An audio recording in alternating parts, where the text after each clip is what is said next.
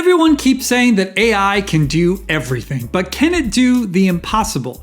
Can it make me fit? Well, that's what I spent all of June doing. Literally every day of the month for 30 days straight, I worked out, ate well, and used Google Health's AI to guide me through the whole process. The good news is that it worked. I know these photos don't look super drastic, but I lost 5 pounds, gained a bunch of muscle, and am stronger and fitter than I've been in a long time. The bad news is that I don't think I would recommend many other people do this, at least right now. So this all started with this, the Google Fitbit Air. The star selling point of this minimalist fitness tracker is that it works with an AI system in the new Google Health app called Coach. The basic idea is that you treat the coach like your own personal trainer and nutritionist. You can ask it questions about your health, have it guide you through workouts, and since it's connected right to the tracker, it can give you deep insights into your fitness journey.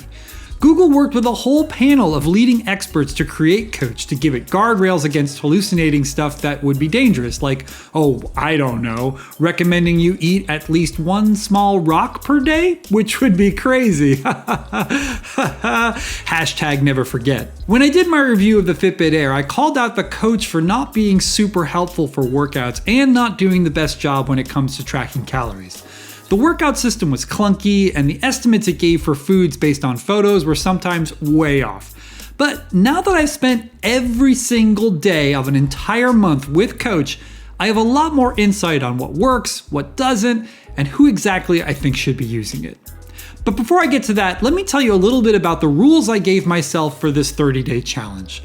The first rule was obvious: work out every day for 30 days. My workouts would be given to me by the coach and I'd follow them to the letter. The only exception for this would be if I took a bike ride. I did 2 25-mile bike rides last month, so for those 2 days, I didn't log an AI-powered workout. The second rule was no equipment. I did this for 2 reasons. First, I hate the gym and didn't want to go. I'm just being honest, guys. Going to the gym sucks, and I love you all for supporting me and subscribing to this channel and spending time in the comments, but nope. Hate the gym, and I'm not going, even for you all. The second reason I didn't do any equipment was that you might watch this and be inspired to do your own 30-day challenge, but feel like you can't because you don't have a gym membership, or you don't own any weights, or you don't own a Peloton, or whatever. So aside from the aforementioned bike rides, every single workout I did was with body weight alone, either in my house or in a hotel fitness room. So pretty much anyone can do this. The third rule was to stick to a calorie deficit. If you don't know what that means, it's based on the concept of calories in and calories out, or CICO. Essentially, you track your calorie intake for every meal, track how many calories you've burned that day, and make sure that the first number is always less than the second number. If you do that, you are very, very likely to lose weight. This simple concept has been disputed for literally a century, but for me, I find that it works. It's not fun to do, but if I count calories and stay under, the weight drops easily. Okay, so now you know all about the challenge. Let me start by talking about the good stuff I experienced with the AI coach. Then I'll tell you about the bad stuff, and then I'll tell you the one thing you need to do if you want to try a challenge like this for yourself. So first, the good stuff. The thing I love most about the coach is how it asks me questions. At the beginning of the challenge, I fed it all sorts of information. I told it my travel schedule for the month so it could work around that when giving me workouts. I told it my basic stats, which exercises I like and which ones I don't, and on and on. It was a long conversation. But pretty much every day, it would ask me questions about how I'm feeling. It would then change the next workout to accommodate. Here's one example for the day after I did one of those long bike rides. It showed me some sleep data and said I should be primed for a workout, but it checked in with me to be sure I was really feeling that. The truth was that I was feeling really wiped after the ride, so I asked it to alter the workout to something more recovery friendly. It did, and the workout was great. This is something that you just can't get from YouTube videos, online classes, or even going to the gym. Having the ability to tell the coach about what I'm going through and then have it react accordingly is something you can really only get from a human personal trainer, which is very, very expensive. But with this AI system, you spend just $9.99 each month and get something that's certainly not perfect, but close enough. That's pretty incredible. Another thing I loved was being able to talk to the coach about my diet. I travel a lot for work, and that can make it difficult to stick to a calorie deficient diet. But one thing you can do with the coach is tell it where you're going to eat and ask it what you should get. For example, I went to a place called Nichols Pit BBQ in Corning, New York. Now, BBQ is not typically healthy, but I told the coach that's where dinner was that evening. I asked what meal I should order and even asked it to leave a little room for a small dessert. It looked up the menu online and told me exactly what to get to stay under my calories for the day. It was so helpful, and I got to eat BBQ on a diet. The third thing I loved about the coach is how encouraging it is. Every morning, I'd wake up with an examination of my sleep and how primed I am for the day's workout. It would give me advice and praise, and even check in with me about my progress in the 30-day challenge. On the last day, it even sent me a congratulations on completing the challenge, which, I gotta be honest, made me feel great.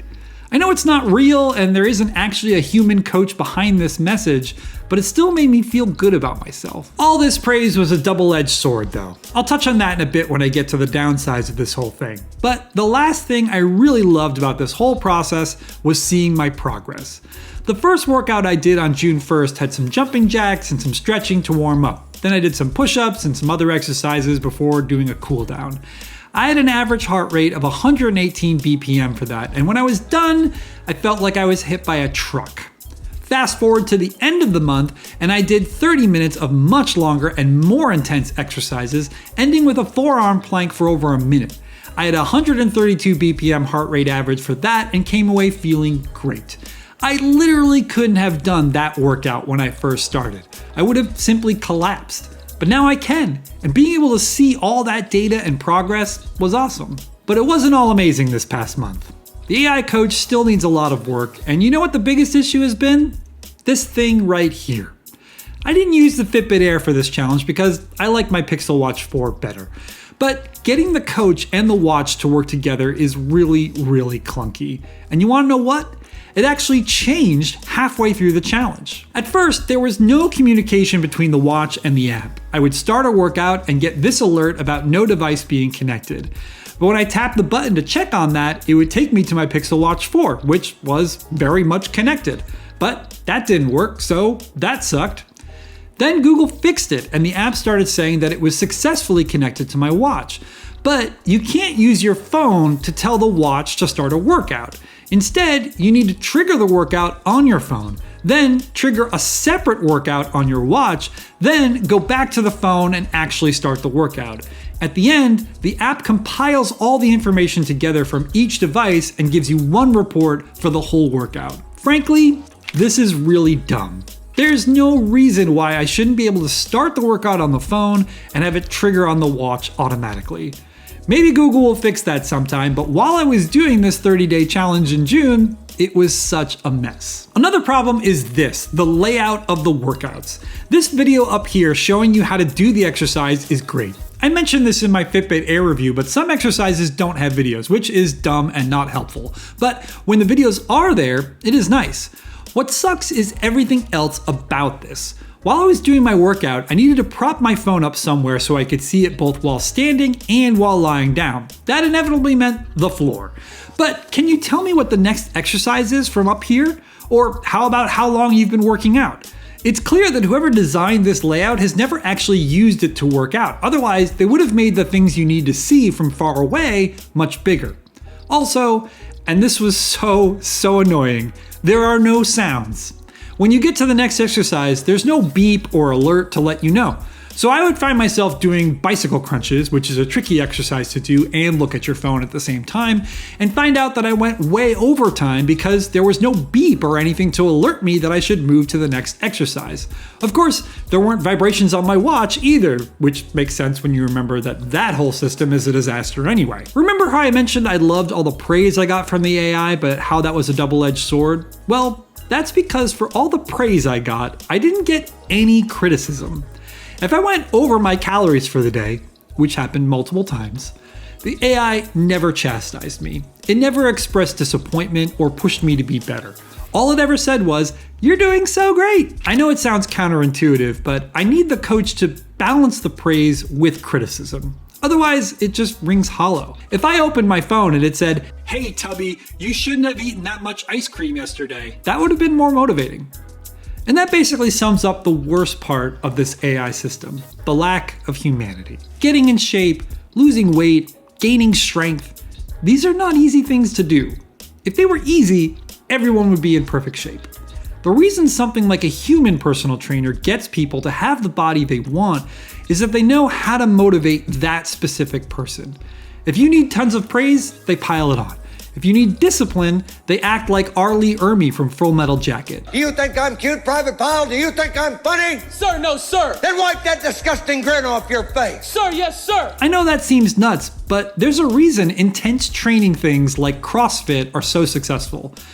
That's just all missing from the AI coach. All you get is, great job, let's attack another day. Even after just 30 days, that got old really fast. So that brings me to the last part here. Who do I recommend this to? Right now, with the way this system works and the problems it still needs to overcome, I can really only recommend it to people who have no problem getting started with a healthy routine and then staying dedicated to it. If you're the kind of person who has no problem getting up at dawn to get your workout in, stopping yourself from eating a burger for dinner and instead getting a salad, and are already knowledgeable enough about working out to self-guide yourself through the coach's workouts, this will be great for you. But the thing is, those people are probably already in shape, or at least mostly in shape. Everyone else likely struggles with one or all of the things I just mentioned, and this AI coach isn't going to solve any of that. But I still encourage you to try it out. If you buy a Fitbit Air for $99, it comes with 3 months of free access to the AI coach, which is more than enough time to see for yourself if this works. Who knows, maybe by the time you get to the end of your trial, Google will have fixed all the gripes I have about it and you'll be happy to spend the $10 a month on it. But in my experience, this isn't a silver bullet. I realize now that AI didn't miraculously make me more fit and healthy. I did it. I made the commitment, I stuck to the challenge, I did the work. AI isn't the miracle people are making it out to be. It's just a new tool in the tool chest. Anyway, if you're wondering what happens now, I'm going to do my best to stick to this. But I need your help. The help of the humans watching this. See this emoji right here? It's an army helmet. I need you to put this in your comments, not only on this video, but on videos I make in the future. You don't need to say anything about it, just put it at the end of your comments sometimes. Every time I see this, it will remind me that you're all my Full Metal Jacket motivators and want me to stay fit and keep up with working out and being healthy. Honestly, if I see this emoji in the comments of my videos for the next year, that will do more for my motivation than any AI system could ever do. Thanks so much for watching. If you want to see my original review of the Fitbit Air, check it out up here. Don't forget to like and subscribe if you had a good time watching this video, and I'll see you all down in the comments.